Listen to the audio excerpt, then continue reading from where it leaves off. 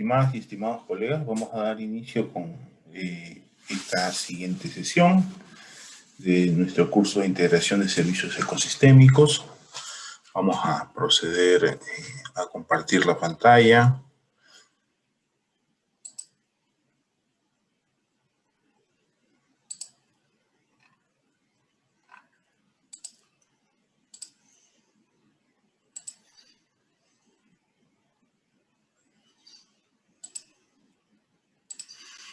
Muy bien.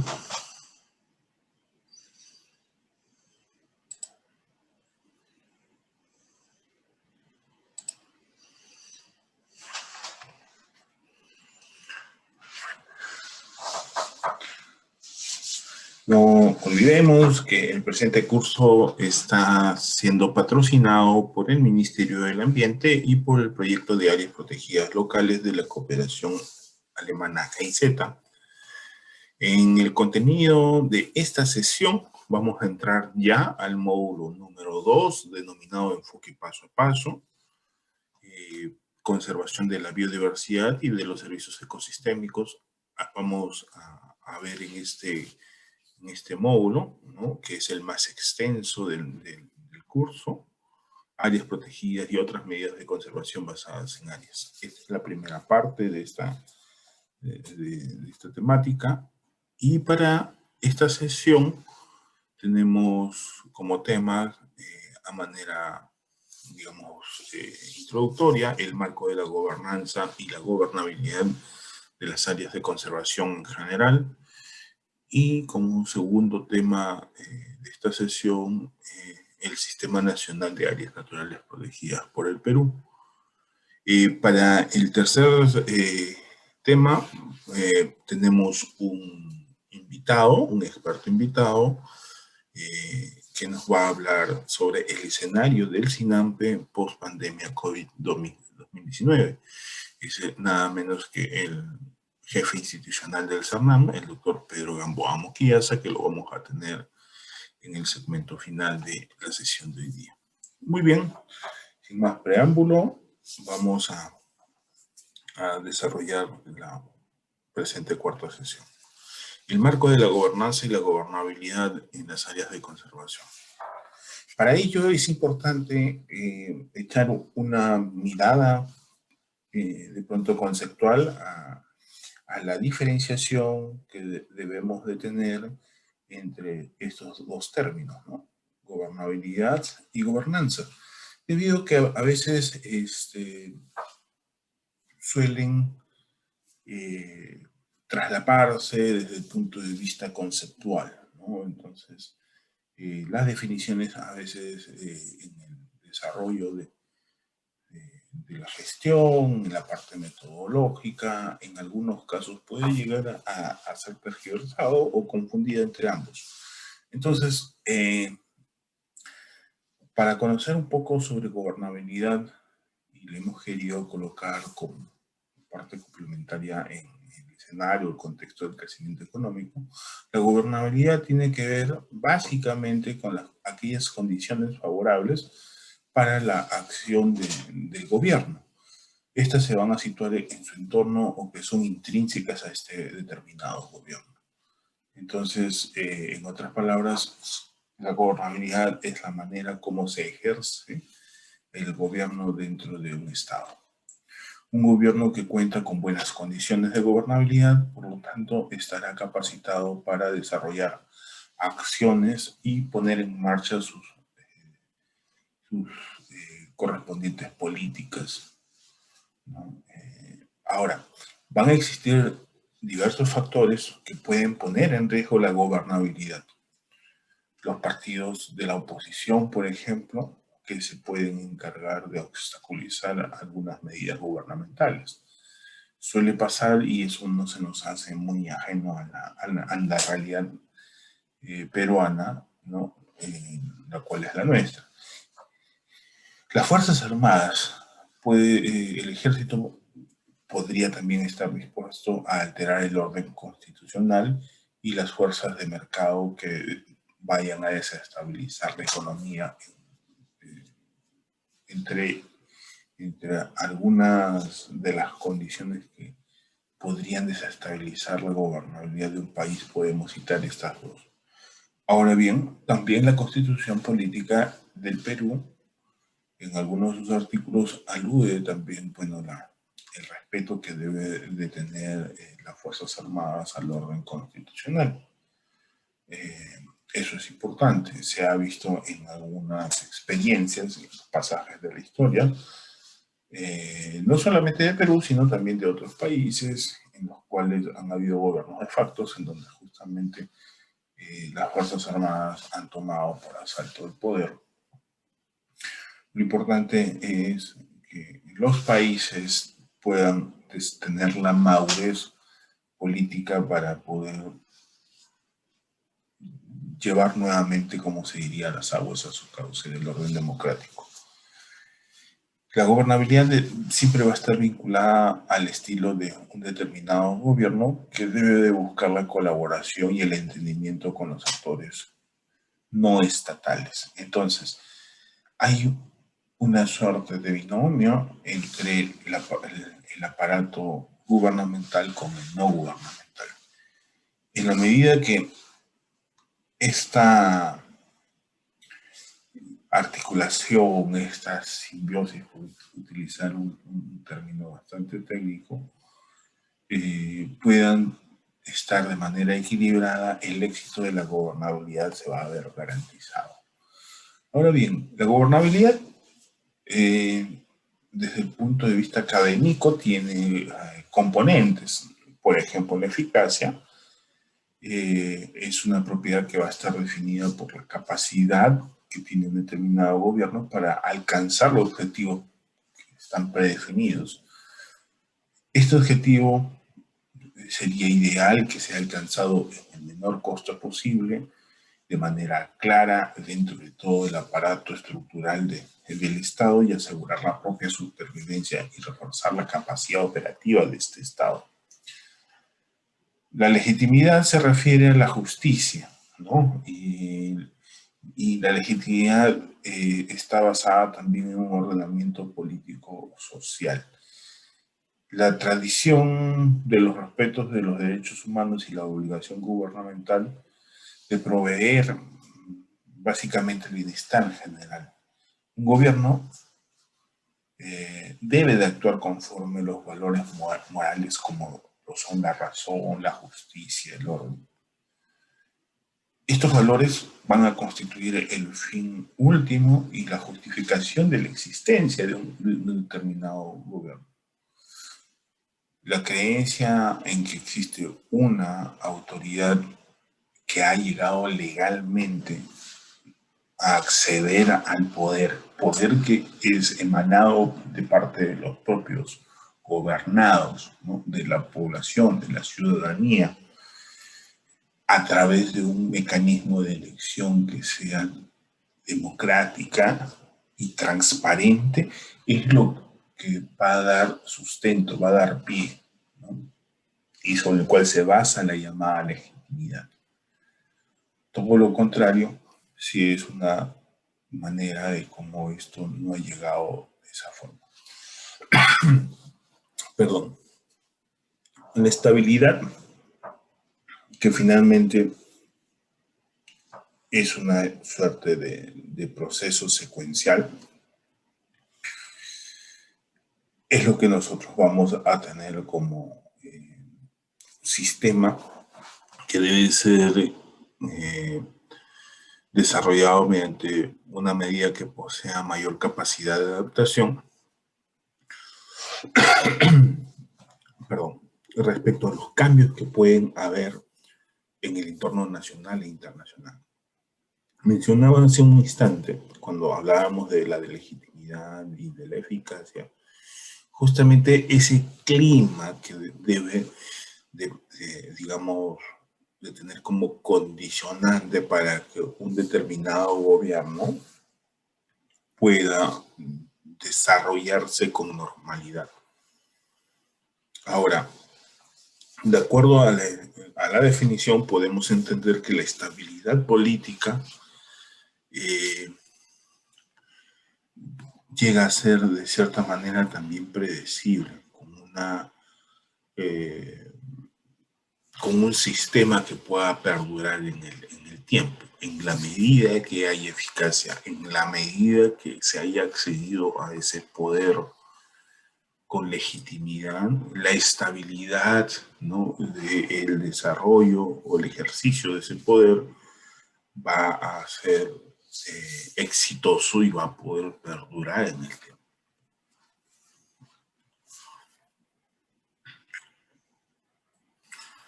Existen, desde el punto de vista, digamos, del análisis académico, de la politología, un conjunto de problemas que se han preidentificado asociados a la gobernabilidad o que podrían, digamos, obstaculizar el desarrollo de una buena gobernabilidad. Entre ellos podemos mencionar la concentración de poder en una determinada minoría. En las grandes entidades se presenta la pérdida de llegada al ciudadano, por ejemplo, cuando el poder es concentrado básicamente en un segmento pequeño de la población. Cuando, por ejemplo, también existe poco interés por parte de la ciudadanía respecto a la cuestión pública. Eso tampoco es saludable. Es importante que en una sociedad evolucionada, relativamente moderna, el nivel digamos, de atención y de preocupación del quehacer y la realidad nacional es muy importante para el éxito de la gobernabilidad, para que se viva un clima de gobernabilidad. Por otro lado, tenemos la inexperiencia en los gestores y en los encargados de las acciones de control. Estas van a requerir capacitación adecuada, por ejemplo. Tenemos asimismo la alta o falta de rotación de los directivos y funcionarios. Siempre se ha dicho, bueno, que todo extremo no es saludable. Entonces, cuando hay una alta rotación de funcionarios o directivos dentro del aparato estatal o gubernamental, así como cuando existe falta de esa rotación, vamos a tener problemas en el sistema gubernamental. Finalmente tenemos o podemos citar el llamado conflicto de intereses. Y esto, habida cuenta, por lo menos en la realidad peruana, en los últimos tiempos se han visto lamentablemente algunos casos emblemáticos sobre el uso del poder justamente para beneficio personal, a través de brindar estos beneficios a personas allegadas a quienes ejercen el poder, ¿no? Entonces, elementos como el clientelismo político, personajes que han usado su poder, repito, para sacar un beneficio propio, han sido materias de problemas en los últimos tiempos dentro de las más altas esferas dentro de nuestro país. Situación que han puesto a prueba, y esta es la parte que quizá lecciono ahora, el nivel de madurez de nuestro sistema político democrático. Si bien es cierto, se han dado duros estragos, y es más, con lamentables pérdidas de vidas humanas, el lado que se podría rescatar es la capacidad que ha tenido nuestro sistema democrático para estabilizarse dentro de un tiempo bastante rápido o corto. Gobernanza o buen gobierno. A ver, el ejercicio de la autoridad política de forma democrática, de forma inclusiva, de todos los sectores de la población, eh, debe ser eficiente, observadora de las reglas y de los derechos, debe ser transparente, debe obedecer a un nivel importante de responsabilidad frente a la sociedad civil. Eso, en su conjunto, va a denotar que existe un buen gobierno, ¿no? Un nivel importante de gobernanza con efectividad.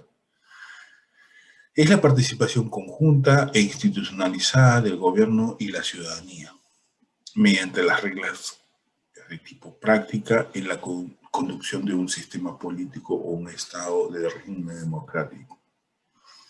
Esta terminología de gobernanza, quizás hasta hace algunos años o algunas décadas atrás, si bien es cierto, en nuestra sociedad se trataba de buscar, de promover, incluso hasta desde el punto de vista conceptual no era usado, porque es un concepto relativamente nuevo. Sin embargo, a nivel práctico se trataba de hacer o de desarrollar.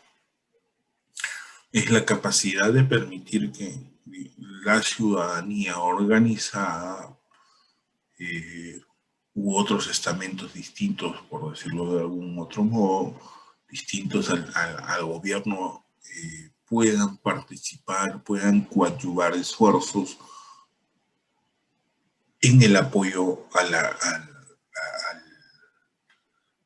aparato estatal, ¿no? Entonces, en la medida que haya esa contribución, en la medida que haya esa participación, podemos decir que se desarrolla un clima de gobernanza, y eso es saludable. Las prácticas son normas para el desarrollo de un buen gobierno y que obviamente va a propiciar este clima de buena gobernanza, es tener una visión comandada por los ciudadanos, básicamente con los planes y programas para avanzar hacia una continuidad en la evolución de un determinado país. No es una situación o no es un esquema muy fácil que digamos, porque tiene que ver mucho con la capacidad y la madurez de una sociedad para entender, para comprender cómo funciona el aparato estatal. Y esto guarda mucha relación con el nivel mínimo de ilustración que debe tener la ciudadanía respecto a su realidad nacional y también elementos digamos, mínimos de conocimiento del quehacer público, de cómo funciona el Estado. La sociedad es un conjunto que define a dónde quiere llegar el gobierno, establece los objetivos, metas a corto, mediano y largo plazo. Es la manera como la población de forma organizada participa en cuáles son los planos que debe de priorizar quien ejerce el poder, quien ejerce el gobierno, así como los recursos económicos que se requieren para atender las necesidades prioritarias que tiene una nación. Un gobierno otorga la continuidad a través de esos planes y programas que normalmente, ya lo hemos visto en sesiones pasadas, van más allá de un periodo de gobierno, como lo son las políticas de Estado. Entonces, si la ciudadanía logra participar en la construcción de estas políticas, de estos programas, de los proyectos de inversión que son priorizados para ser atendidos en el territorio, justamente la ciudadanía va a haber legitimizado la atención a sus necesidades. Van a tener insertas ese sentimiento de participar del ejercicio del gobierno. Entonces, un gobierno que otorga esa continuidad, decía, a través de esos planes, de programas, de proyectos, orientados a la mejora de la calidad de vida de los ciudadanos, va a requerir de acciones que den resultados también a largo plazo. Tener clara su relación con la sociedad, evitar la mezcla indiscriminada entre los aspectos políticos, partidarios y los de gestión pública. Este es un desafío en realidad bastante grande para el caso, al menos de la sociedad peruana, ¿no? Tener claro bien esta delimitación de responsabilidades, evitar la confusión de los roles que pueden haber entre Estado y ciudadanía, ¿no? Les decía hace un momento, uno de los puntos de partida para comprender, cultivar un clima de buena gobernanza, justamente es esto. Como que el Estado tenga claro cuáles son sus deberes y derechos, sus competencias y funciones, y por otro lado, la ciudadanía también deba de tener claro hasta dónde llegan sus atribuciones. Una no puede, digamos, soslayar a la otra, ni superponerse, ni permutarse funciones ni competencias. Propiciar el diálogo de manera participativa, propiciar los consensos, que estos tampoco sean discriminatorios, no por el hecho de ejercer el poder como parte de la toma de decisiones, voy a, digamos,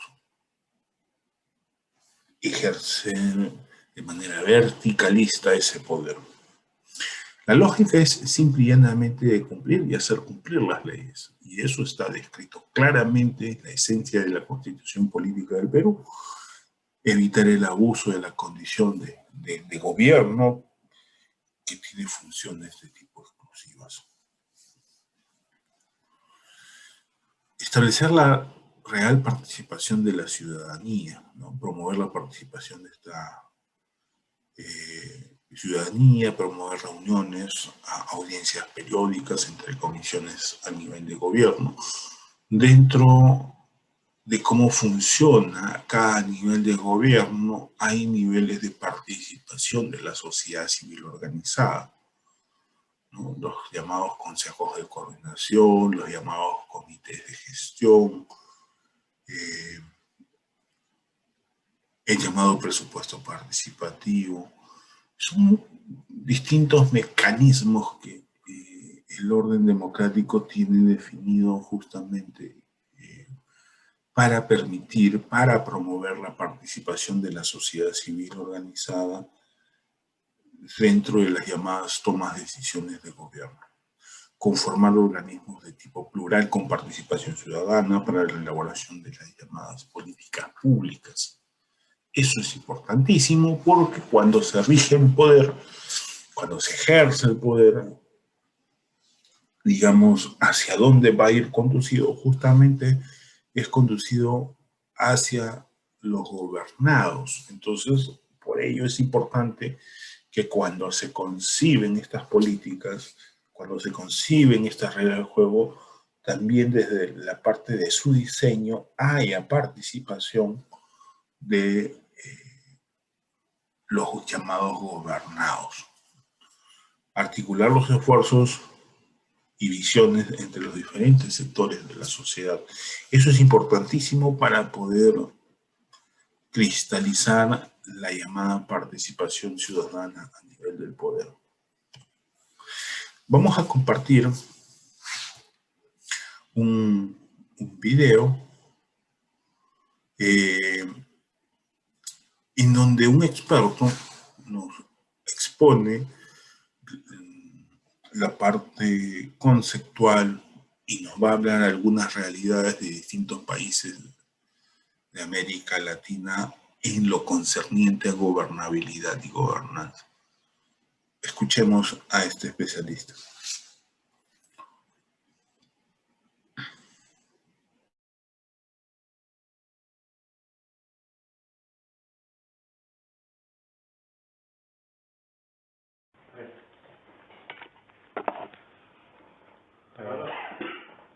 Sí, perfecto. Profesor, ¿Debemos hablar de gobernanza o gobernabilidad? Son dos conceptos distintos, ¿no? Cuando se habla de gobernabilidad, en realidad se está haciendo referencia a la capacidad para dirigir una sociedad. Y esa capacidad indica si estamos proporcionando gobernabilidad en la relación entre el Estado, los sectores públicos y los ciudadanos. Cuando no existe orden, no es posible tener gobierno. La gobernanza más bien es un concepto distinto, alude a todos los factores, normas, actores que se coordinan de alguna manera para producir un bien público, o sea, una política pública. Y ahí tenemos que considerar a las policías, en nuestro caso, al Ministerio Público, pero también a los gobiernos regionales, a los gobiernos locales, al sector privado. Gobernanza implica una arquitectura del sistema que nos permita avanzar juntos. Y esa gobernanza probablemente no exista en muchas partes de nuestra región. Déjame darte un ejemplo. Por ejemplo, la gobernanza de la ciudad de Santiago es muy precaria. Lo es porque tenemos un gobierno central, por un lado, que tiene a su cargo el cuidado de todo el país, y por el otro lado, no existe propiamente un gobierno de la ciudad independiente con legitimidad propia, sino que 37 municipios fraccionados con muy distintas capacidades y recursos económicos. Entonces, allí hay que hacer cambios en la gobernanza. ¿Y esos cambios cuáles serían principalmente?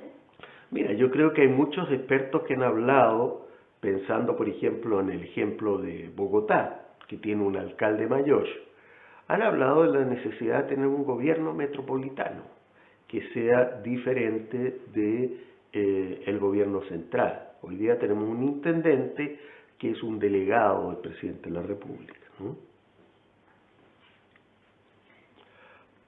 ¿La gestión en seguridad ciudadana parte de lo nacional a lo local o viceversa?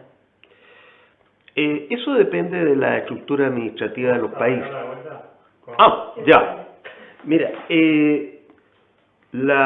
yo no creo que nuestro problema sea determinar si la gestión debe partir de lo local o debe partir de lo nacional, porque eso depende de la estructura de los diversos países, ¿no? Hay países federales donde la gestión de seguridad descansa en los gobiernos del Estado, y no de los estados, sino en el gobierno central del país.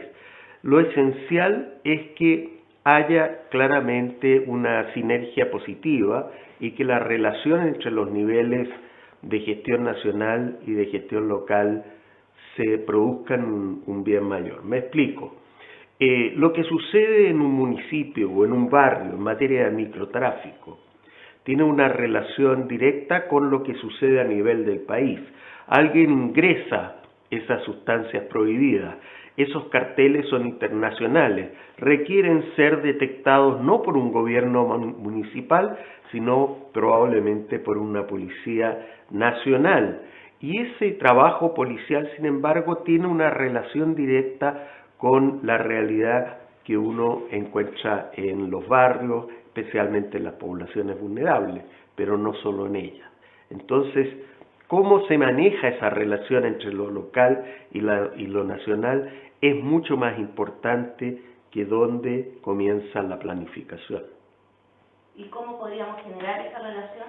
Mira, lo que podríamos señalar es que, primero, cuando las intervenciones son locales, a nivel de municipio o de barrio, las instituciones públicas que pertenecen al gobierno central deben servir y adaptarse a las demandas de esos ciudadanos que viven en ese sector local.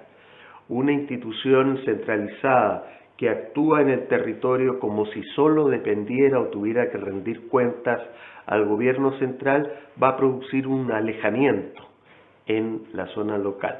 Y quizá, eso es lo que explica que tantos barrios han vuelto a ser requete contra intervenidos una y otra vez, y no logran en el fondo darle sustento a proyectos que en un comienzo crearon muchas esperanzas.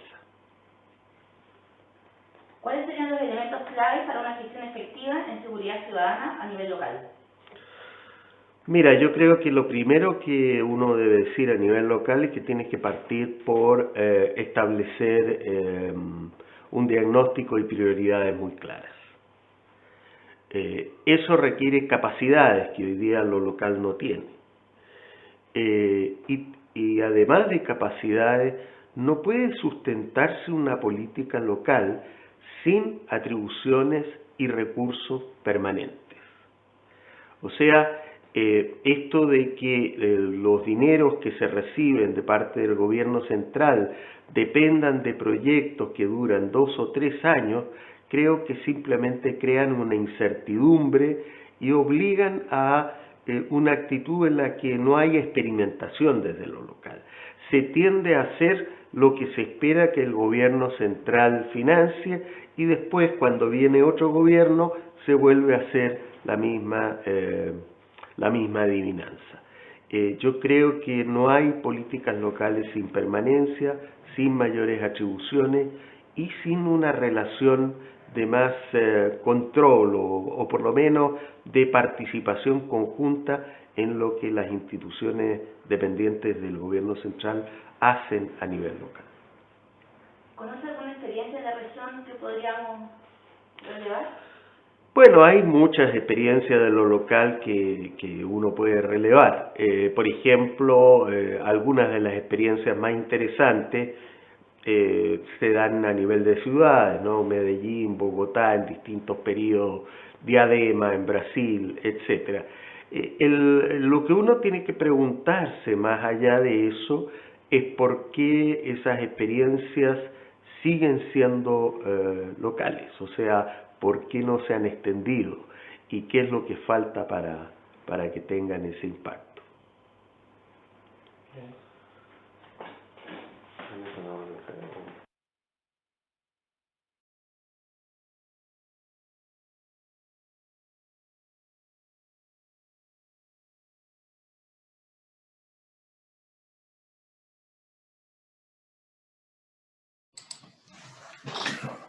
Bien, hemos podido apreciar en este video, en la voz de este experto, justamente un poco la descripción y la diferencia de gobernabilidad y gobernanza, y llevándolo un poco al plano de las distintas realidades de los países en esta región.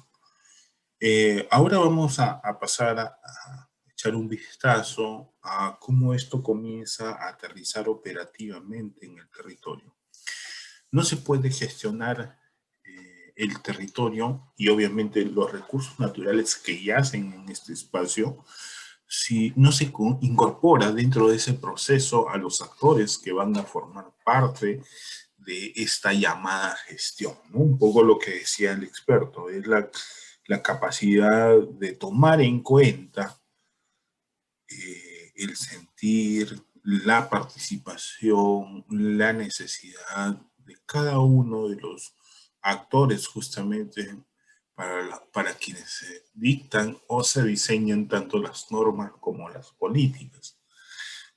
Este curso que habla justamente de integrar los servicios ecosistémicos dentro de las llamadas políticas de gestión, de los instrumentos de gestión, pero también dentro de aquellos proyectos que son concebidos para atender las necesidades de esta ciudadanía. Justamente deben de recoger la mirada, recoger el sentir, la necesidad de quienes viven en ese territorio. No es saludable, no es prudente que quienes toman las decisiones, que quienes diseñan estas intervenciones, estos proyectos, hagan ese diseño, hagan esas políticas,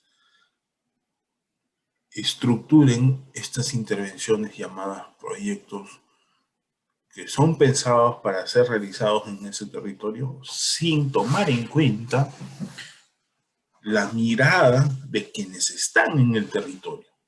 Por eso es importante incorporar a estos actores claves en ese proceso. Ahora, en el territorio lo que se gestiona más allá de los recursos naturales en realidad terminan siendo los intereses de los actores, de estas personas que están en ese espacio. Cuando se habla de gestión del patrimonio natural, del patrimonio cultural, cuando se habla de gestión de la biodiversidad, gestión de los recursos naturales, más allá de esta gestión o de la gestión de estos elementos, lo que se termina haciendo es hacer gestión de estos intereses. Y esto debe estar basado en la confianza que quienes forman parte del gobierno van a demostrar, van a cultivar en este escenario, en este plano. En base a esa confianza que estos representantes del gobierno deben de cultivar, justamente va a estar el éxito de una gobernanza efectiva, de una buena gobernanza. Y lo que se debe también de buscar es que los efectos que traigan consigo estas decisiones, estas políticas, sean con evidente beneficio para esa población. Y lógicamente, y obviamente, deben estar estos beneficios también orientados a promover la sostenibilidad de estos recursos naturales. Esta sostenibilidad que nos lleva a traer a colación al llamado desarrollo sostenible.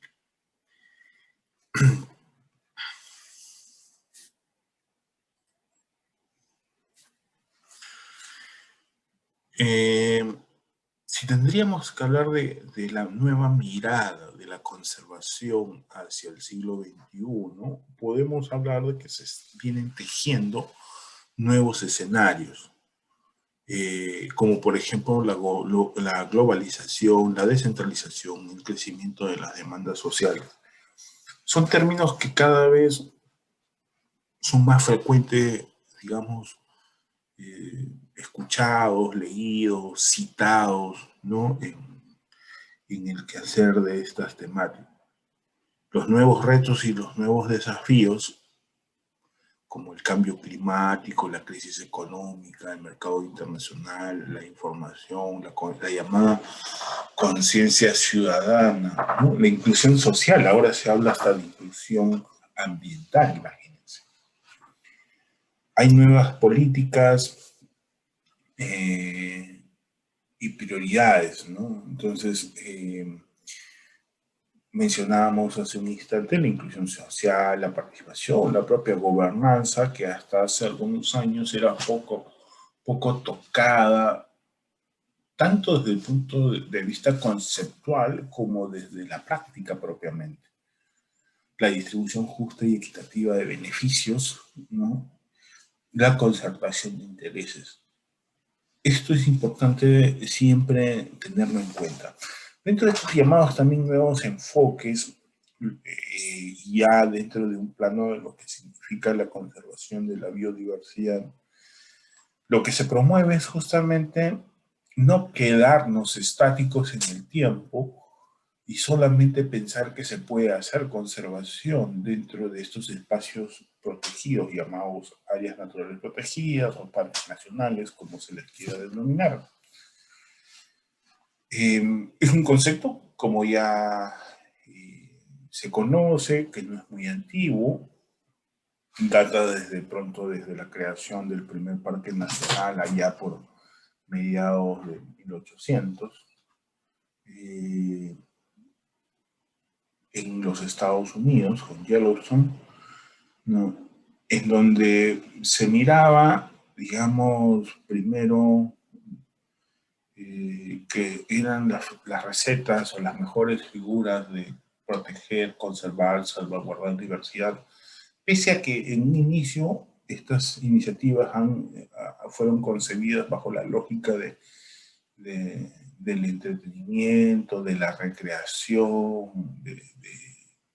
incluso de aspectos de distracción como la propia cacería deportiva y esos detalles, a pasar a un plano ya de la trascendencia y la importancia que trae consigo conservar espacios en cuyo interior hay, digamos, patrimonio. Y en las últimas décadas ya eso va evolucionando y ha pasado a un plano que en ese territorio existen corredores biológicos, existen estos llamados mosaicos de conservación, existen procesos ecológicos a los cuales esta biodiversidad, digamos, está constantemente dinamizando, ¿no? Y de ahí, obviamente, deriva el tema del llamado enfoque ecosistémico, el enfoque de cuencas, existen poblaciones viables, etc. Entonces, miren cómo ha ido evolucionando la conceptualización del nuevo enfoque que tiene la conservación en la actualidad.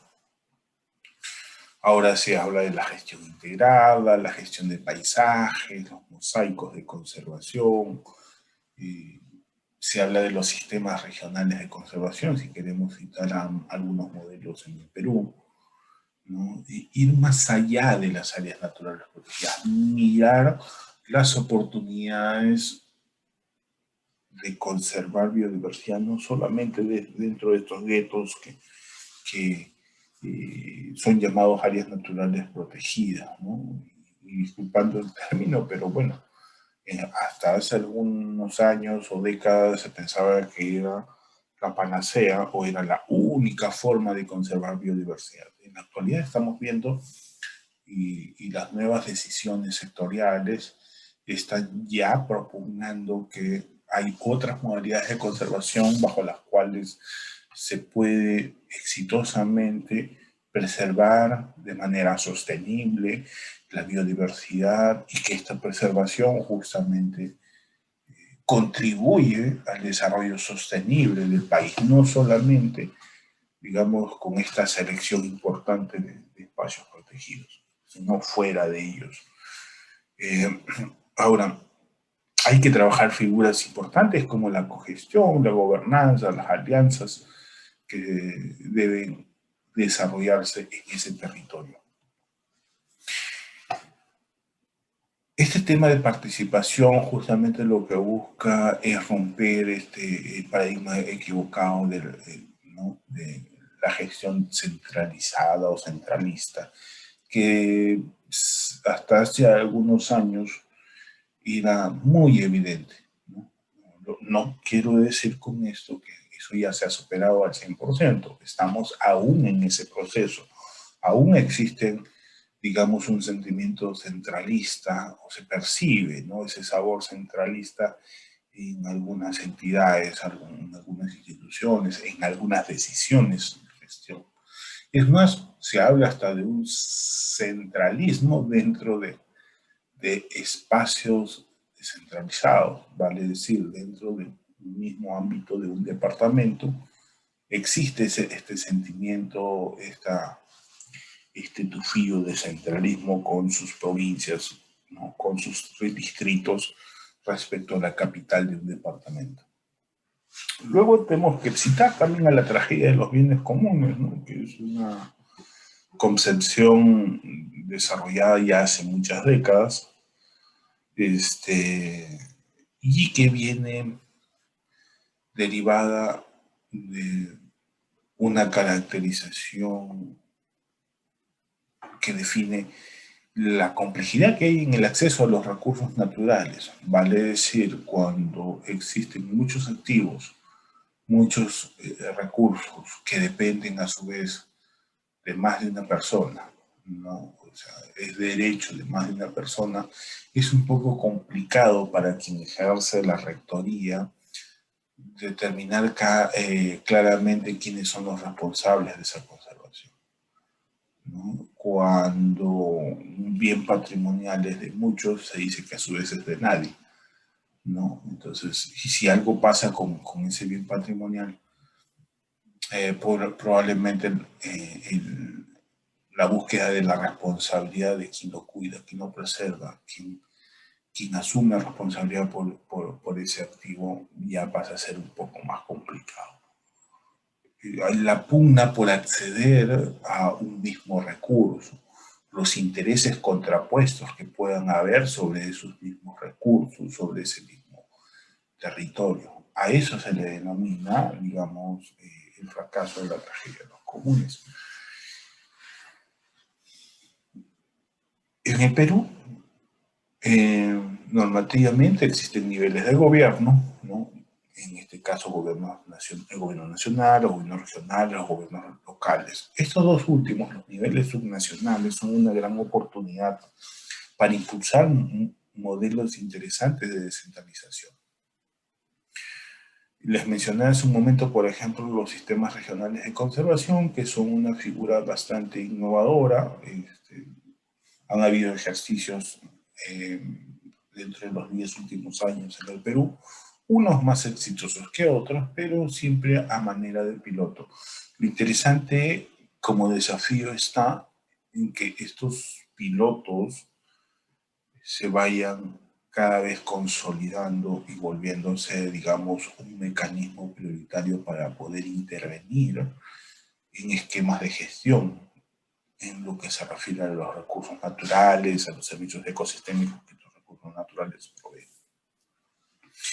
Finalmente, entendemos que la gestión ambiental es tarea y responsabilidad de todos, ¿no? Eleanor Armstrong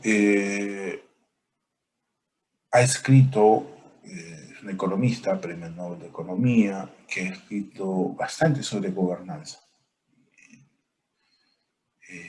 Y bueno, se habla de la gestión local desde un enfoque adaptativo, ¿no? Bajo la gestión social, participativa y la cogestión, para que exista una buena y exitosa figura de gobernanza. Se habla que esta gestión local debe ser un proceso que debe caminar de manera progresiva, debe ser adaptativa en el tiempo y también en el territorio, porque va a obedecer justamente a las distintas condiciones que en ese territorio se deben de presentar. Esta debe estar basada en la diversidad de esquemas que se pueden encontrar en la realidad del territorio. Por ejemplo, sin ir muy lejos en nuestro país, vamos a encontrar pues que los recursos naturales que están en ese territorio están sometidos a una pluralidad de escenarios, de contextos, desde el punto de vista del acceso al derecho de aprovechar un recurso, al régimen de propiedad que tiene el terreno donde está ese recurso, el tan solo hecho del acceso a manejar un determinado recurso natural. Entonces, cada uno de estos escenarios es una casuística distinta. Y por lo tanto se habla desde el punto de vista académico que debería obedecer a una figura bastante adaptativa de la gestión en el territorio. Entonces, hay algunos ejemplos interesantes como la autogobernanza comunitaria. Repito, vista desde un punto académico, Ostrom lo que propugna es que en algún momento, en algunas sociedades quizá un poco más políticamente evolucionadas, se va a dar el caso al punto que de pronto ya no se necesite que exista una figura de Estado para que haya una autorregulación en el acceso al derecho a estos recursos naturales. Vale decir que la sociedad básicamente se va a autorregular, que no va a necesitar incluso que hayan rectorías, sino que cada ciudadano, ciudadana o la propia sociedad civil organizada va a equilibrar, digamos, esa accesibilidad y las responsabilidades que trae consigo acceder a ese recurso natural. Hacia eso se orienta justamente la llamada autogobernanza comunitaria. ¿no? Basados en autonomía, legitimidad, ¿no? Siempre reconociendo al Estado como la cabeza máxima, la participación, deben haber derechos claros, diversos niveles de organización, vigilancia, confianza y liderazgo local, ¿no? Este es el escenario, digamos, deseado de lo que se quisiera para un clima equilibrado de acceso a los recursos naturales con una mirada de desarrollo sostenido. Ahora, Ostrom ha trabajado una figura bastante interesante de accesibilidad a los recursos naturales. Es más, ha hecho, y yo lo he querido plasmar a través de esta pequeña matriz sobre la tipología de los bienes que existen, digamos, en el contexto real. Entonces, plantea que existen bienes de exclusión difícil y bienes de exclusión fácil. Pero asimismo, a su vez existen aquellos bienes que son de rivalidad baja y de alta rivalidad. Solamente por citar algunos modelos y no entrar en mucho detalle, tenemos que se podrían citar bienes, los bienes públicos puros, ¿no? Que son de exclusión difícil y de rivalidad baja, un disfrute de una puesta de sol, ¿no es cierto? Y son de exclusión difícil porque difícilmente alguien nos puede prohibir que disfrutemos una puesta de sol, ¿no? Un sunset, como se le denomina, ¿no? Y son de rivalidad baja porque cualquier persona, cualquier ciudadano puede acceder a ese disfrute de ese paisaje, ¿no? De ese momento, de ese escenario, de esa experiencia. Entonces cae en ese plano. Sin embargo, también habrán algunos de exclusión difícil, pero de cuya rivalidad termina siendo alta, ¿no? Todo lo contrario.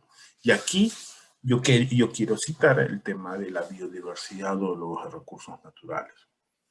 Es difícil que un Estado pueda excluir a un ciudadano el acceso a un recurso natural, ¿no es cierto? Porque al ser un bien común, al ser un activo del Estado, un bien, un patrimonio del Estado, los recursos naturales, constitucionalmente, ojo, entonces es de difícil exclusión. Pero aquí la figura cambia, porque los recursos naturales, respecto a su rivalidad, van a ser de rivalidad más alta, porque van a estar, digamos, confluyendo en un clima de mucho interés, de mucha demanda. Entonces su rivalidad por acceder a estos recursos naturales, a esta biodiversidad, comienza a ser más alta. Luego tenemos aquellos de exclusión que son más fáciles, ¿no? Por ejemplo, el pertenecer a un club privado o el tener una suscripción a un servicio de televisión por cable. Se dice que son de exclusión fácil porque en el hecho de que no todos los ciudadanos van a tener la capacidad de contratar ese servicio, entonces se, digamos, autoselecciona en función a la capacidad adquisitiva que se tenga para acceder a ese servicio.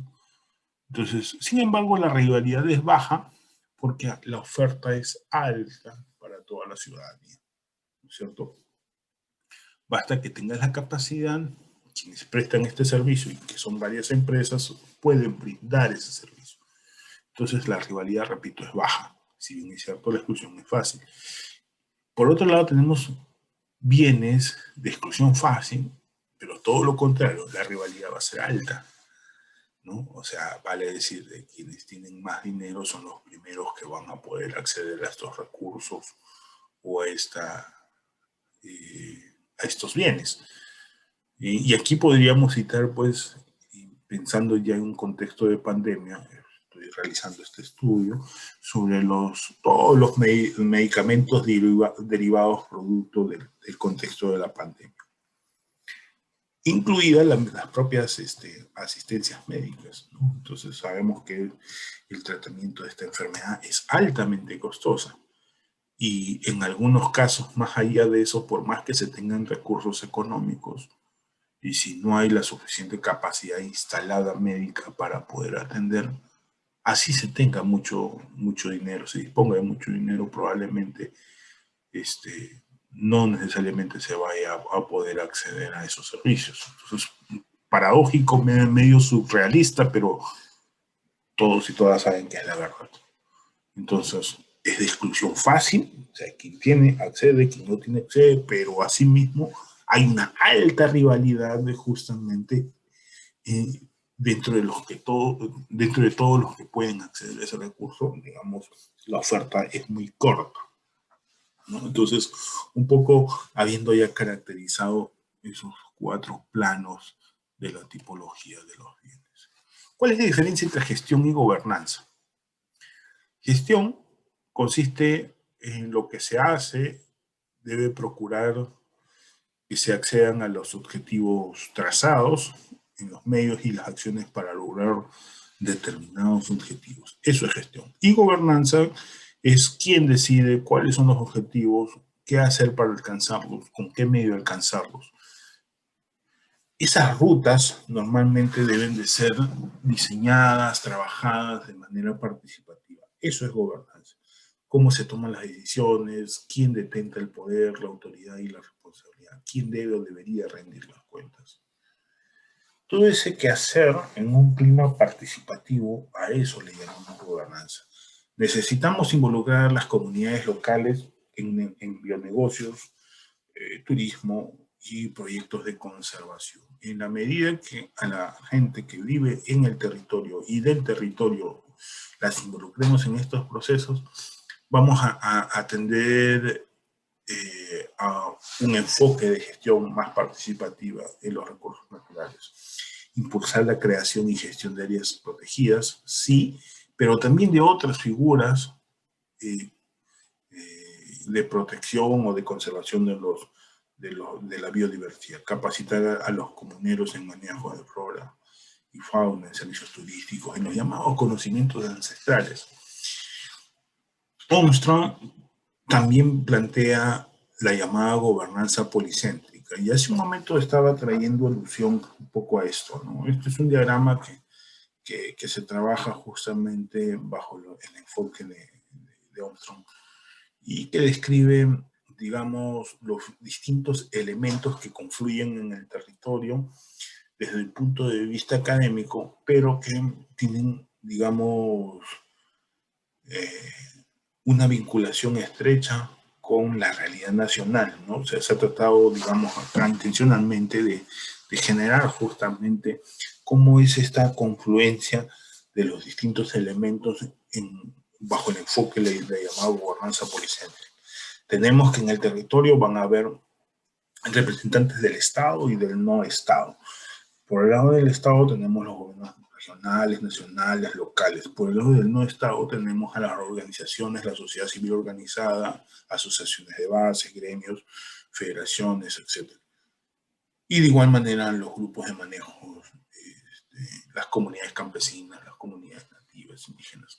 Entonces todos ellos van a estar confluyendo en el territorio y lo que buscan justamente es el bien para su grupo de interés.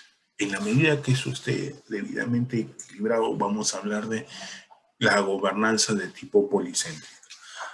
UCN ha identificado 4 tipos de gobernanza, ¿no? La gobernanza por parte del propio gobierno, que es la clásica, ¿no? La convencional, si se podría decir, que se gestiona directamente o se delega la gestión a un gobierno subnacional o en algunos casos a una ONG. La de tipo B, la gobernanza que es de manera compartida, es aquella que puede exigir en zonas transfronterizas y en donde mediante acuerdos entre consensos, ¿no? Pueden ser entre distintos territorios.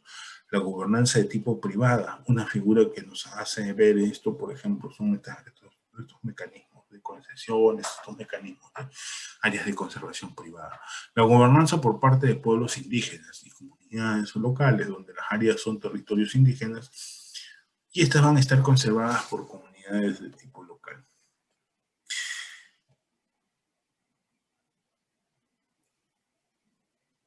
Vamos a desarrollar la parte del Sistema Nacional de Áreas Naturales Protegidas. No vamos a entrar a mucho detalle porque esto va a ser abordado justamente por el doctor Pedro Gamboa en el último segmento.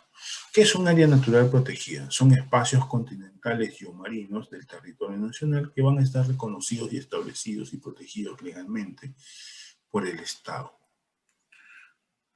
Esto debido a que estos espacios territoriales van a tener una especial importancia en su diversidad biológica, en los valores que están asociados al interés cultural, paisajístico e incluso científico.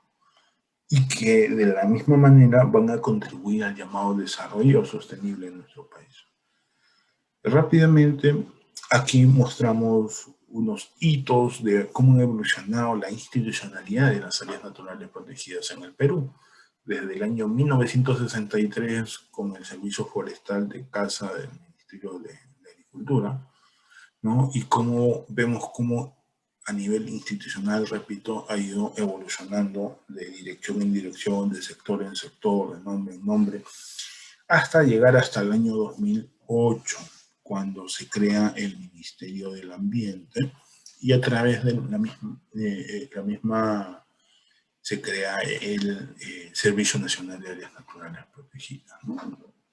Para mayor detalle van a poder ver un poco esa línea de tiempo. Entonces, vemos que en todas estas décadas ha sido bastante interesante, digamos, a nivel de la institucionalidad de cómo ha ido evolucionando. Recomendar estos dos textos, ¿no? El primero del doctor Duruyani, Mar Duruyani, sobre áreas naturales protegidas del Perú, el comienzo, y aquí se habla un poco sobre toda la historia de creación de las primeras unidades de conservación, como se les denominaba en un principio, hasta la actualidad. Y el segundo es del doctor Pedro Solano, ¿no? Llamado que es un parque nacional, ¿no? El ABC de las áreas naturales protegidas del Perú. Son dos textos que yo particularmente les recomendaría para que puedan documentarse de manera más completa. ¿Por qué se establecen las áreas y qué son las áreas naturales protegidas? ¿Qué son las categorías de estas áreas protegidas? Todas las ANP se van a justificar en conservar biodiversidad, punto número 1. Estas van a constituir patrimonio de las naciones, por lo tanto su creación y la gestión de las mismas son de interés público. Los objetos bajo los cuales se crean, los objetos de conservación y su representatividad siempre van a determinar o no si es pertinente establecer un ANP en un determinado territorio, ¿no? Vale decir, normalmente los ciudadanos dicen, bueno, ¿y por qué no se crean más áreas naturales protegidas? ¿Por qué no se crea uno en mi localidad si yo considero que de pronto tienen los atributos como para que se puedan crear? Bueno, necesitan justamente tener objetos de conservación significativos y su representatividad, digamos, debe ser representativa. La categoría se le asigna en función a el tipo de manejo de los recursos naturales que yacen en ese territorio, buscando modelos de gestión elegidos para cada caso que coadyuven a consolidar el sistema. Y hay que ver la viabilidad de la gestión. Vale decir, si en un territorio, por más atributos que pueda tener desde el punto de vista de biodiversidad, no necesariamente va a aplicar que se tenga que crear un área natural protegida de administración nacional o regional, sino también tiene que ver mucho con la viabilidad de hacer gestión en ese territorio. Si en un territorio, por más recursos naturales emblemáticos, significativos que tengan, es compleja hacer la gestión, ¿no? Hay conflictos, de pronto hay intereses contrapuestos grandes.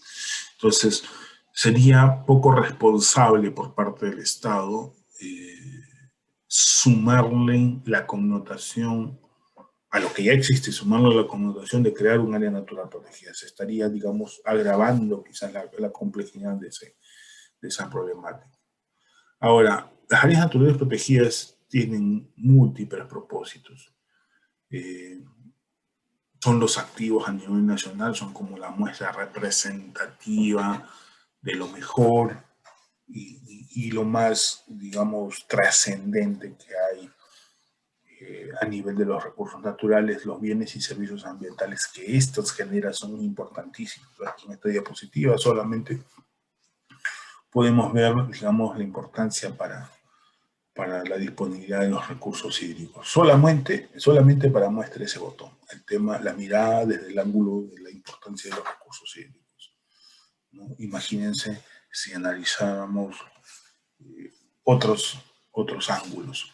¿Hacia dónde vamos con las áreas naturales protegidas? El reto es de impulsar la conservación en un escenario de comunidades rurales cada vez más informadas, celosas de su territorio y de sus derechos, las comunidades y empresas cada vez más suspicaces de la conservación. Lo que no se quiere, digamos, como política de Estado, es que nos llenemos de áreas naturales protegidas, sino que las que ya tenemos hasta el momento sean adecuadamente gestionadas de manera efectiva. El enemigo de la conservación finalmente no es la gente local, no es la pobreza, sino que es la pobreza y el desgobierno. La conservación productiva y la gobernanza participativa son de las mejores alternativas para contrarrestar esa problemática. Ahora bien, los recursos naturales, las áreas naturales protegidas, no solo es cuestión de dinero. La biodiversidad tiene relevancia económica, social, cultural y hasta religiosa para la mayoría de las comunidades rurales. No debe de contribuir al desarrollo económico y el bienestar social, ¿no? Ese es el rol, creo yo, principalísimo que debería de tener justamente conservar recursos bajo la figura de áreas naturales protegidas. Estimular la identidad, el sentido de la pertenencia, el sentido de la integración y la autoestima en las ciudadanas y ciudadanos de nuestro país. Entonces, miren, estimadas y estimados colegas, es importantísimo cómo se trabaja y, digamos, el impacto que deben de tener esta modalidad de conservación de recursos naturales, ¿no? Esta es una de un abanico de modalidades que vamos a revisar en el desarrollo del presente curso. Estas son las áreas naturales protegidas. Existe un ente rector, es el CERNAN, el Servicio Nacional de Áreas Naturales Protegidas. Hace un momento les comentaba que fue creado juntamente con la creación del Ministerio del Ambiente en el año 2008. Ahora, acá he querido mostrar unos datos y haciendo la acotación que estos datos son cambiantes, ¿no? Aquí, por ejemplo, al día de hoy, 2021, se definen que existen 76 áreas naturales protegidas de administración nacional, ¿sí? Vale decir, estas 76 están a cargo directamente del CERNAM.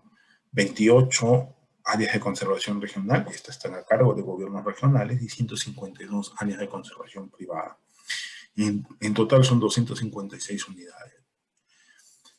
Esta extensión va a representar casi el 18% del territorio nacional. Ese dato, digamos, se nos hace, digamos, familiar, se nos hace un poco asociado a la meta 11 de Aichi. Recordarán que hablaba al 2020 que cada país debe de cumplir el reto de llegar a proteger el 17% de su territorio continental bajo alguna modalidad de conservación. Bueno, por eso les decía yo en sesiones pasadas que el Perú, por lo menos en esa meta, ya lo cumplió. En ese vínculo que les dejo en la parte inferior, podrán acceder en cualquier fecha, en cualquier momento, a esta data actualizada. Vale decir, cuando le den clic a ese vínculo, van a tener estos datos pormenorizados, una matriz muy grande de información del CERNAM oficial y actualizada a la fecha. poco la normatividad, no vamos a entrar en mucho detalle, la normatividad en el marco del CERNAM, toda la base legal, la principal base legal, porque en realidad es bastante abundante, bastante completa. Tenemos una de las bases legales más completa en materia de biodiversidad en nuestro país, ¿no? Al menos dentro de los países de la región, ¿no? Es destacable. El Servicio Nacional de Áreas Naturales Protegidas normalmente desde su plan estratégico institucional define 4 grandes líneas de acción o intervención componentes, ¿no? La conservación de la biodiversidad, el aprovechamiento sostenible de la misma, la gestión participativa de los ciudadanos y ciudadanas dentro justamente de esta tarea de conservar y aprovechar, y finalmente la generación y aseguramiento de estos servicios ecosistémicos que brindan justamente la biodiversidad y sus procesos. Esta es la estructura orgánica de la institución, del CERNAM, ¿no? Todas sus niveles y organismos de línea, hasta incluso las jefaturas de las áreas naturales protegidas. Algunas de las principales funciones que tiene el CERNAM, como por ejemplo coordinar a nivel interinstitucional entre los distintos niveles de gobierno, aspectos que aluden justamente a la gestión de estos espacios, emitir opinión vinculante sobre los proyectos normativos que involucran las áreas naturales protegidas, velar por la sostenibilidad financiera de todo el sistema, aprobar normas especiales o específicas relacionadas justamente a lo que es de su inherencia, orientar y apoyar la gestión de las áreas naturales protegidas, pero también no solamente a las que administra directamente el CERNAM, sino también a las áreas de conservación regional, dirigida al SINAMPE, obviamente, que es un sistema funcional. Establecer mecanismos de fiscalización y control respecto a los derechos que se otorgan dentro de estos espacios, llamados áreas naturales protegidas, promover la participación ciudadana, entre muchas otras funciones más. No vamos a entrar en detalles. Aquí hemos querido mostrar un conjunto de beneficios ambientales, bienes y servicios ambientales que brindan las áreas naturales protegidas, como regulación del clima, protección de cuencas, captación de agua, protección de costas, fijación de energía, control biológico, hábitat de especies y de flora, mantenimiento, fuente de alimentos, recursos genéticos, materia prima y valores no materiales. En realidad está todo prácticamente el conjunto de servicios ecosistémicos que se tiene definido.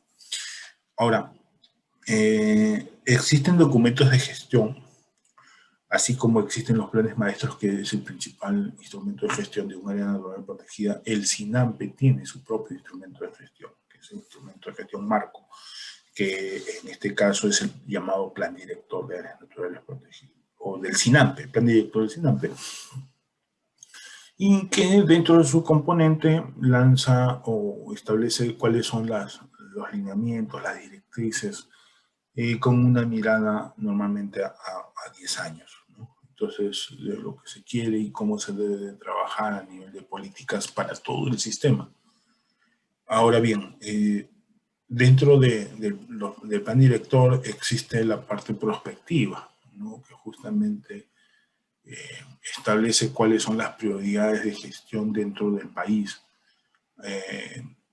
Por ejemplo, es un mapa que se trabajó en el último plan de gestión y determinaba 133 zonas prioritarias para poder conservar durante el periodo de duración de ese plan director. Plan director que ya terminó su vigencia, dicho sea de paso, y ahora que estamos en pleno contexto de pandemia, bueno, se viene dando con sus propias singularidades este proceso de actualización. Entonces, producto de este nuevo plan director que se viene actualizando, va a haber probablemente un mapa un poco distinto a este. Algunos de estos parches, de estas unidades que están señaladas acá, hoy día ya son áreas naturales protegidas, ¿no? Esta fue una visión concebida antes del 2008 o hasta el 2008, cuya vigencia sigue aún hasta el momento, ¿no? Y algunas de ellas, como por ejemplo yo puedo citar la Reserva Nacional San Fernando, que había sido identificada antes de su creación, había sido identificada como un sitio prioritario para la conservación ante el corrido de los años, y esto ya es un área natural protegida, por ejemplo.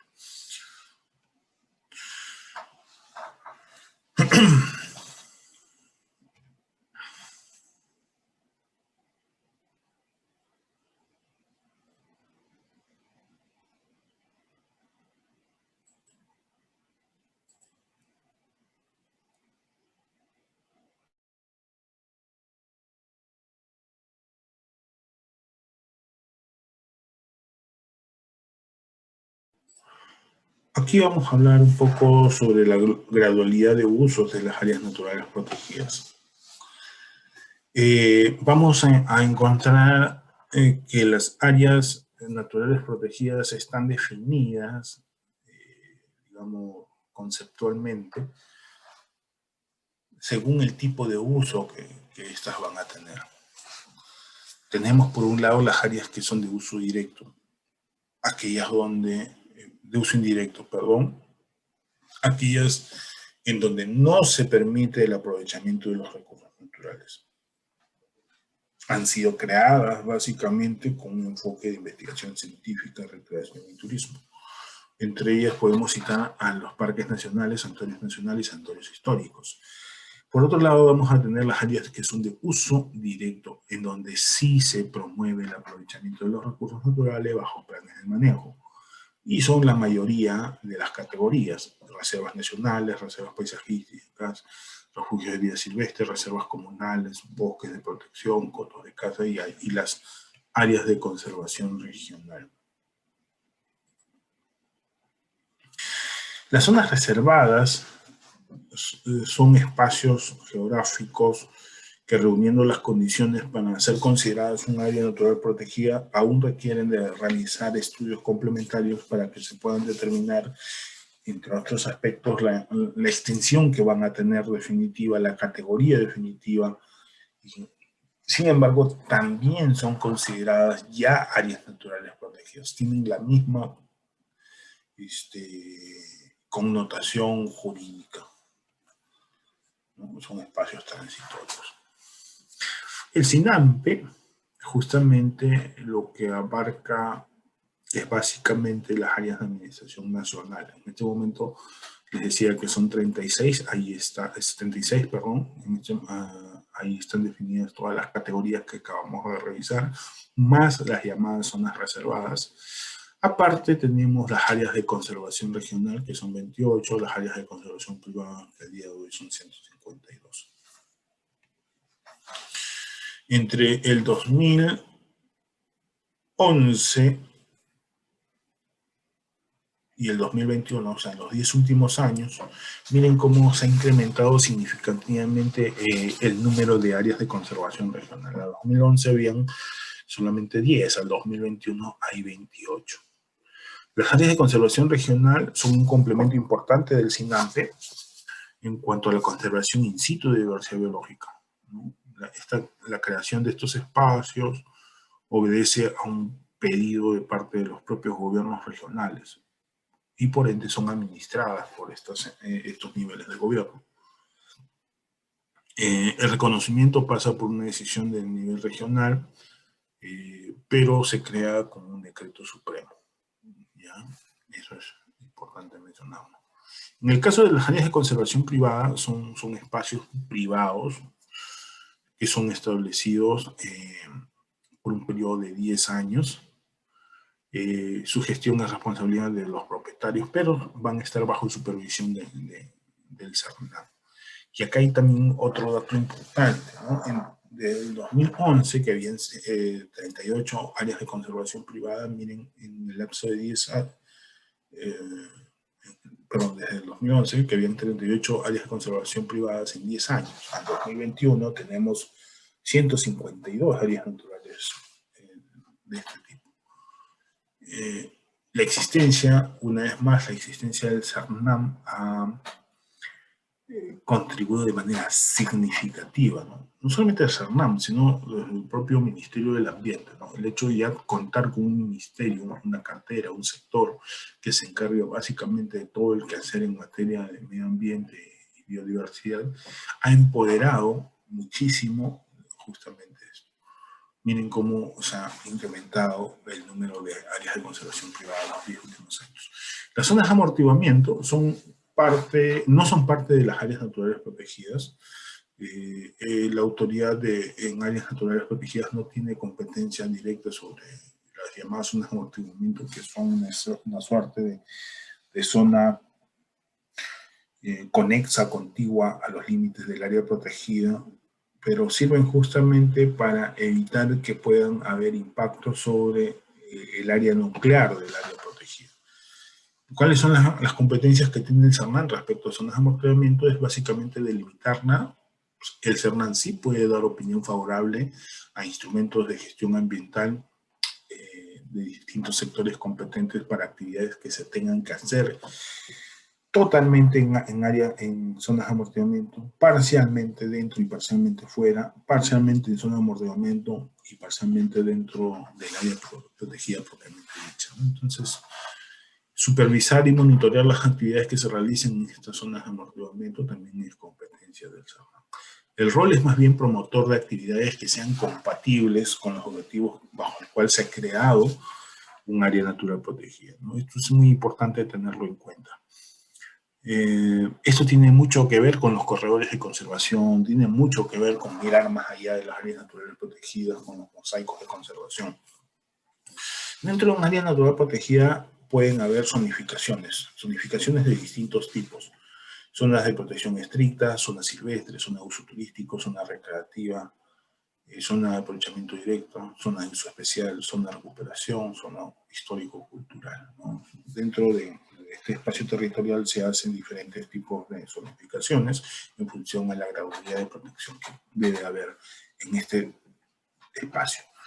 Ahora, de manera rápida, solamente comentarles que la IUCN, la Unión Internacional para la Conservación de la Naturaleza, tiene su propia categoría y su propia definición sobre áreas naturales protegidas. No necesariamente a la cual en todo el sentido estricto se sostiene nuestro SINAMPE, ¿no? Pero sí es importante, y lo he querido mostrar aquí dentro rápidamente de este contenido, ¿no? El concepto, desde el punto de vista de concepto, es un espacio geográfico que está claramente definido, reconocido, dedicado y gestionado mediante medios legales u otros tipos de medios eficaces para conseguir la conservación a largo plazo de la naturaleza y sus servicios ecosistémicos, ¿no? Que son sus procesos. Existen categorías como la categoría A1, que es la reserva natural estricta. Más adelante vamos a ver una especie de comparativo, esto lo vamos a pasar bastante rápido, ¿no? La categoría 1B, área silvestre. La categoría 2, parque nacional. La categoría 3, monumento o característica natural. Categoría 4, áreas de gestión de hábitats y especies. Categoría 5, paisaje terrestre marino protegido. Categoría 6, área protegida con uso sostenible de recursos naturales. Y aquí es un poco el resumen de estas categorías que acabo de mostrarles. Y hacemos una equiparación de a qué categoría que existe en el Perú podría encajar. No necesariamente, repito, el Perú se allana a esta estructura o esta categorización que acabamos de revisar que establece IUCN. Por ejemplo, en esta columna del lado izquierdo están todas las categorías que tiene el Perú, ¿no? Parque Nacional, Reserva Nacional, Santuario Nacional, Santuario Histórico. En la columna del medio están las equivalencias a las categorías que establece IUCN. Y en la columna de la derecha vamos a encontrar el nombre de cada una de los parques, santuarios, reservas a manera de ejemplo, ¿no? Es un poco la vinculación, el relacionamiento que se ha querido hacer, las fuentes del doctor Pedro Solano en su última publicación.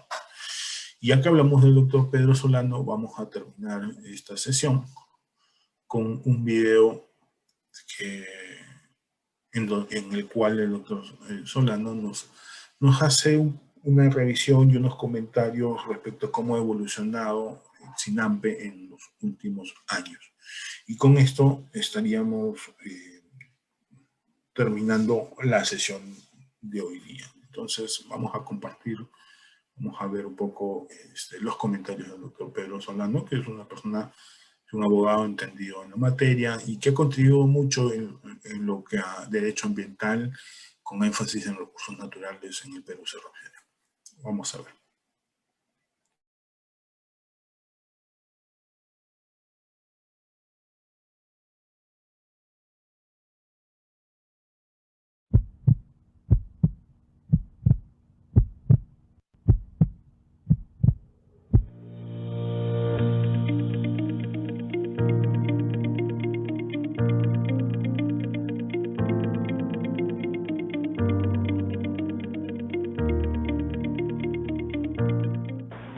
El avance ha sido grande.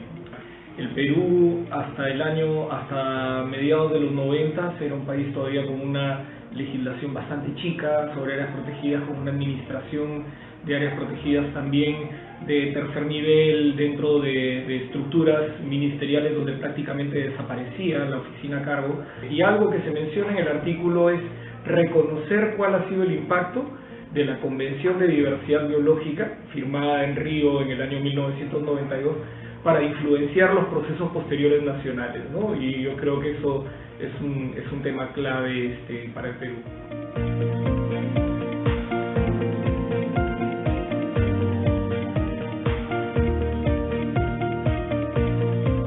Un factor habilitante importantísimo ha sido, sin duda, la información, la generación de información. Se origina en un proceso de plan director elaborado en los años 90.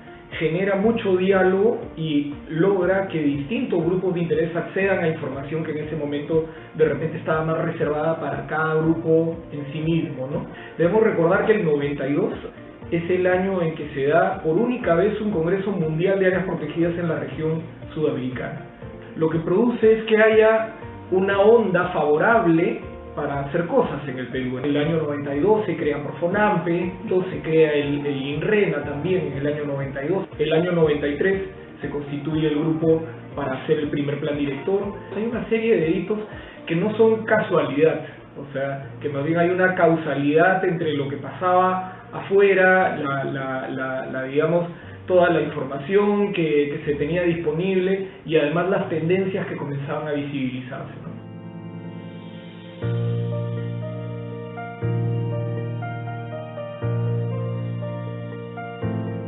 El rol de la cooperación internacional, sobre todo en los 90, ha sido trascendental, porque era una década donde la economía peruana estaba muy decaída, ¿no? La institucionalidad estaba absolutamente deprimida, ¿no? Y entonces estos temas no estaban en el radar ni político, ni económico, y mucho menos financiero del aparato estatal, del sector privado, de quien fuera. Entonces, quien lo pone en agenda o ayuda a ponerlo en agenda es la cooperación internacional. Luego, la cooperación internacional es clave para impulsar un proceso como el plan director en el Perú, y ahí juega un rol muy importante el Banco Mundial, juega un rol muy importante todas las fundaciones como MacArthur para apoyar a sociedad civil organizada, entre ellas a nuestra organización, a la Sociedad Peruana de Derecho Ambiental, para comenzar a acompañar, en nuestro caso, legalmente los procesos que se venían dando en el Perú.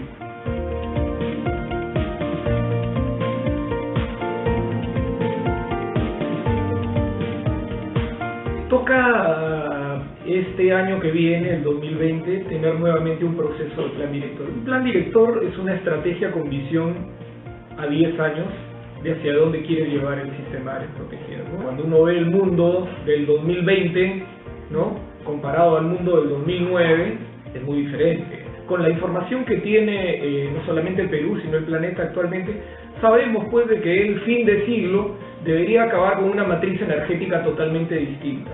Debería terminar el presente siglo también con una matriz para transporte totalmente diferente. Deberíamos tener una organización de la sociedad en cuanto a lo rural y lo urbano también muy diferente. La provisión de alimentos, los servicios ambientales, asegurar la provisión de agua y el mantenimiento de cuencas. Todos estos son temas que el sistema de áreas protegidas tiene que incorporar.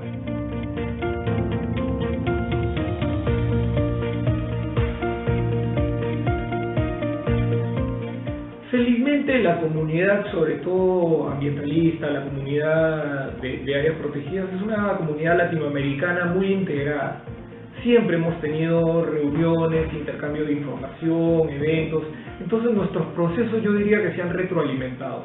El Perú fue el segundo país en tener una ley específica sobre áreas protegidas en Sudamérica, después de Brasil. Y yo diría que es la ley más comprensiva que se hizo sobre el tema, y que siempre ha sido muy mirada, muy atendida por los demás países de cómo se ha avanzado. Pero a su vez, por ejemplo, esto que te hablaba de la conservación desde la sociedad civil, son movimientos que tienen muchos más años en Brasil, en Colombia, y que inspiraron al Perú y a otros países también a hacer lo propio. Entonces, yo diría que felizmente ha habido una muy buena retroalimentación y que los procesos de algún modo se van replicando, mejorando, consolidando en cada uno de los países, ¿no?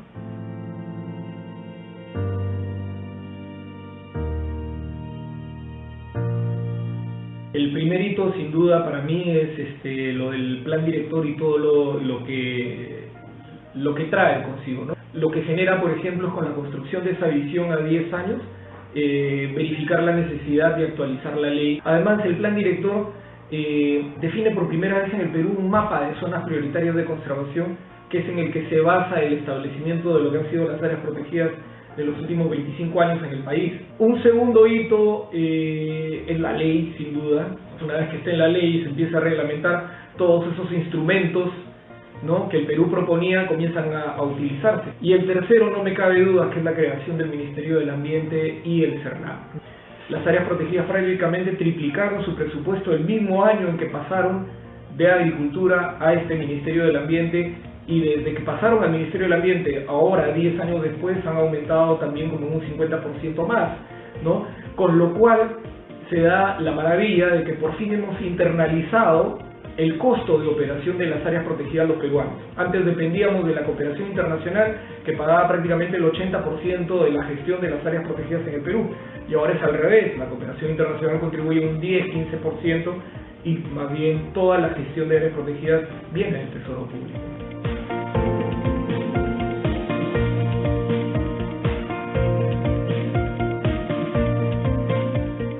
Yo creo que el principal desafío es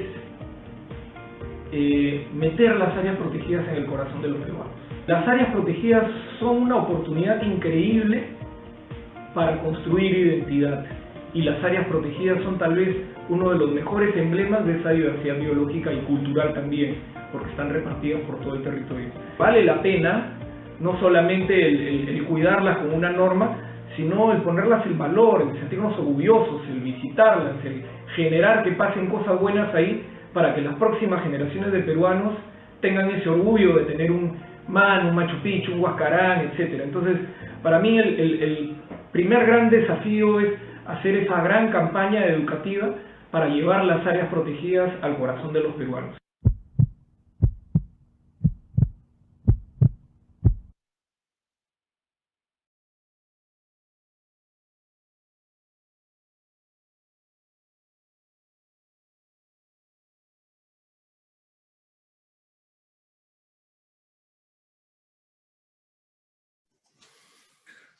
Muy bien, estimadas y estimados colegas, con este video del doctor Pedro Solano llegamos al final de la sesión número 4, y esperando que haya sido de vuestro agrado, agradecemos la atención prestada y nos estamos reencontrando en la próxima sesión. Cuídense mucho. Muchísimas gracias.